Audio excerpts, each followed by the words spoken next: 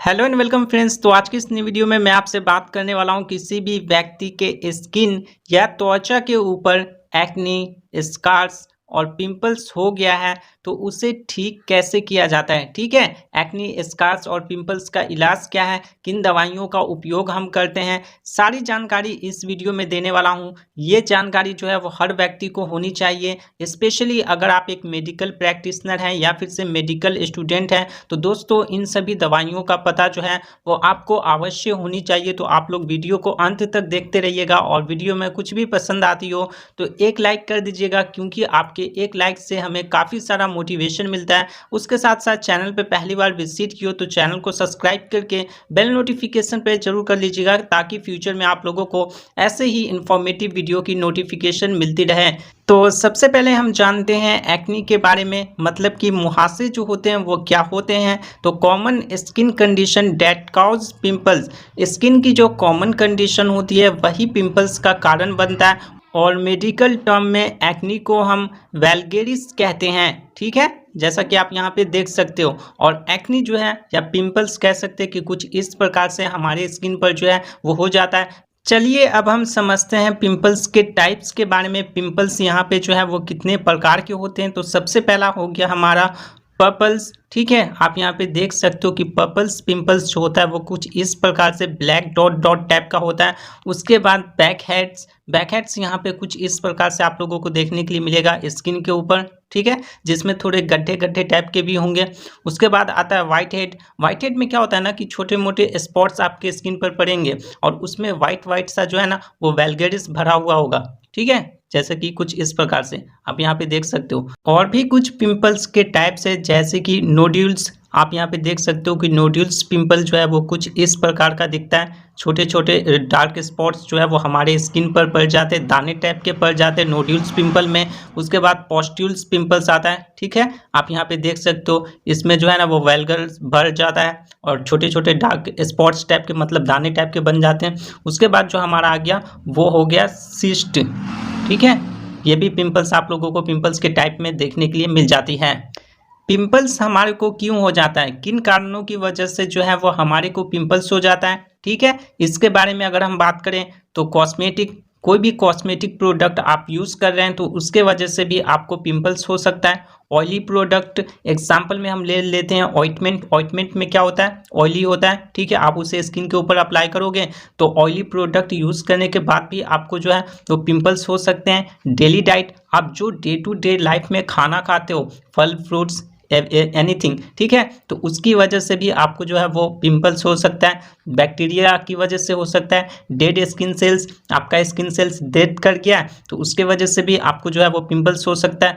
Pollution, medications, long term से आप एक ही दवा यूज़ कर रहे हो तो उसके साइड इफेक्ट जो है वो आपको पिंपल्स देखने के लिए मिल सकते हैं। इन्फेक्शन की वजह से भी जो है वो हमारे को पिंपल्स हो सकता है। तो ये सभी कारण होते हैं पिंपल्स होने के। तो इन चीज़ों को आपको ध्यान में रखना है और ये सभी चीज़ों को आप लोगों को अवॉइड करने की कोशिश करना है ताकि आपको पिंपल्स ना हो सके।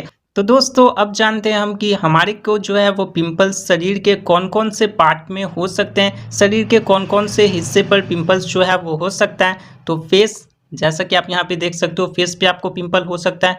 फोरहेड, सर पे यहाँ पे पिंपल्स हो सकता है। ठीक है, या सर के ऊपर कह सकते हो। उसके बाद चेस्ट, सीने पर आपको पिंपल्स हो सकता है। शोल्डर, ठीक है, बाहों या कंधा पे आपको जो है वो पिंपल्स हो सकता है। अपर बैक, यहाँ पे पीछे वाले बैक के हिस्से में जो है वो पिंपल्स हो सकता है। तो इन सभी जगह पे जो है वो पिंपल्स होते हैं। तो चलिए हम बात कर लेते हैं कि किन किन दवाइयों का उपयोग करके जो है वो पिंपल्स को ठीक किया जा सकता है। उससे पहले मैं आप लोगों को बताना चाहूँगा कि आप यहाँ पे मेडिकल स्टूडेंट है तो आप जो है वो स्क्रीनशॉट ले सकते हैं, या फिर से मेडिकल प्रैक्टिशनर है तो इन सभी दवाइयों को आप स्क्रीनशॉट ले सकते हैं ताकि आपको लंबे समय तक याद रहे।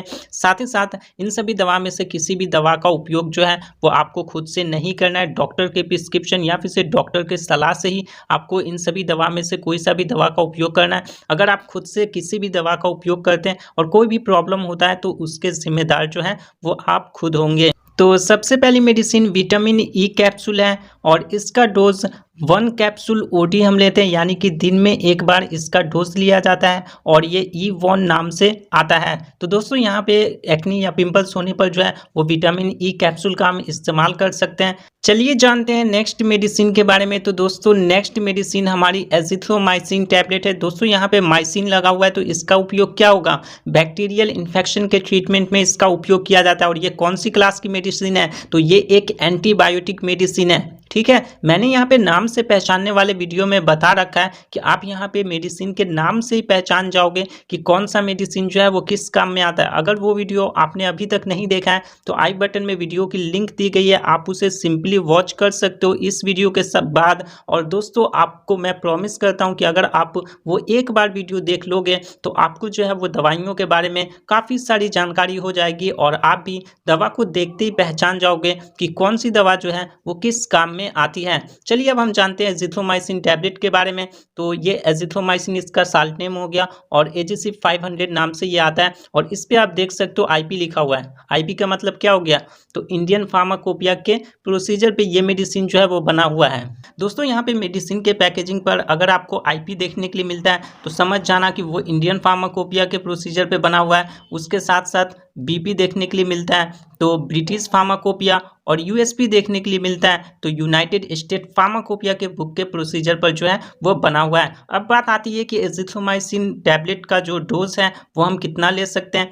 तो ओडी इसका डोज लिया जाता है इन 3 डेज, मतलब कि दिन में एक बार आपको जो है वो इस्तेमाल करना है इसका। और कितने दिन तक करना है? तो सिर्फ और सिर्फ 3 दिन तक आपको कंटिन्यूसली एजिथ्रोमाइसिन का इस्तेमाल करना है। और ये क्या करता है? तो बैक्टीरियल इन्फेक्शन को ट्रीट करता है। और मैंने आपको ऊपर ही टाइप्स इसके बताया कि यहाँ पे बैक्टीरिया की वजह से भी जो है वो हमारे को एक्नी या पिंपल्स हो जाते हैं। तो एजिथ्रोमाइसिन टैबलेट का आप इस्तेमाल करोगे तो उससे जो है वो ठीक हो जाएंगे। नेक्स्ट मेडिसिन हमारी एल्बेंडाजोल एंड आइवरमेक्टिन टैबलेट आता है, जिसका इस्तेमाल हमें कब करना है?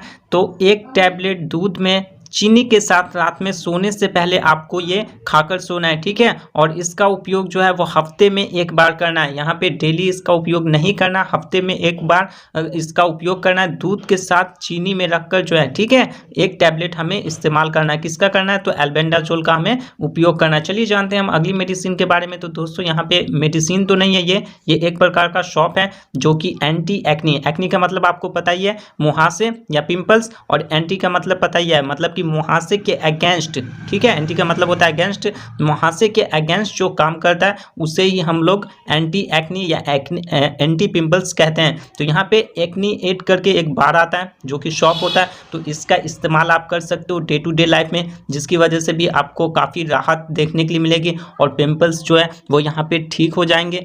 चलिए जानते हैं अगली मेडिसिन के बारे में। तो दोस्तों अगला मेडिसिन जो है वो यहाँ पे एडाप्लेन जेल है और इसका उपयोग रात में एक बार सोने से पहले किया जाता है। जहाँ पे भी आपको एक्नी या पिंपल्स हो गया है, ठीक है, तो उस पर जो है वो ये अप्लाई करना है स्किन के ऊपर। एडाप्लेन जेल का आपको अप्लाई करना है, देन फिर ये आपको काफ़ी बेहतरीन रिजल्ट जो है वो दे सकता है। तो ये सभी दवाइयों का उपयोग करके जो है वो आप लोग एक्नी या पिंपल्स को ठीक कर सकते हो। होपफुली आपको वीडियो काफ़ी अच्छे तरीके से समझ में आया। अगर आपको कोई प्रॉब्लम है या कोई भी कमेंट है, क्वेरी है, तो आप यहाँ पे कमेंट सेक्शन में पूछ सकते हो। उसके साथ साथ आप कोई भी पर्टिकुलर डिसीज़ पे वीडियो चाहते हो तो उसके लिए भी आप लोग कमेंट बॉक्स में ज़रूर बता देना, मैं यहाँ पर उस पर एक डेडिकेटेड वीडियो बना दूंगा। और दोस्तों इन सभी दवाइयों में से आपको किसी भी दवा का उपयोग खुद से बिल्कुल भी नहीं करना है। डॉक्टर के प्रिस्क्रिप्शन या फिर से डॉक्टर की सलाह से ही आपको क्या करना है, दवा का उपयोग करना है। अगर आप खुद से उपयोग करते हो और कोई भी प्रॉब्लम होता है तो उसके जिम्मेदार जो है वो आप खुद होंगे। उसके साथ साथ अगर आप एक मेडिकल स्टूडेंट हैं या फिर से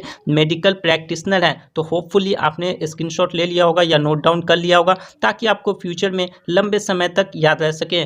तो आज की इस नई वीडियो में बस इतना ही। वीडियो पसंद आई हो तो लाइक कर देना, चैनल को सब्सक्राइब कर देना, ताकि फ्यूचर में आपको ऐसे ही इन्फॉर्मेटिव वीडियो इस चैनल के ऊपर देखने के लिए मिलती रहे। तो मिलते हैं एक नई वीडियो में, तब तक के लिए जय हिंद, वंदे मातरम।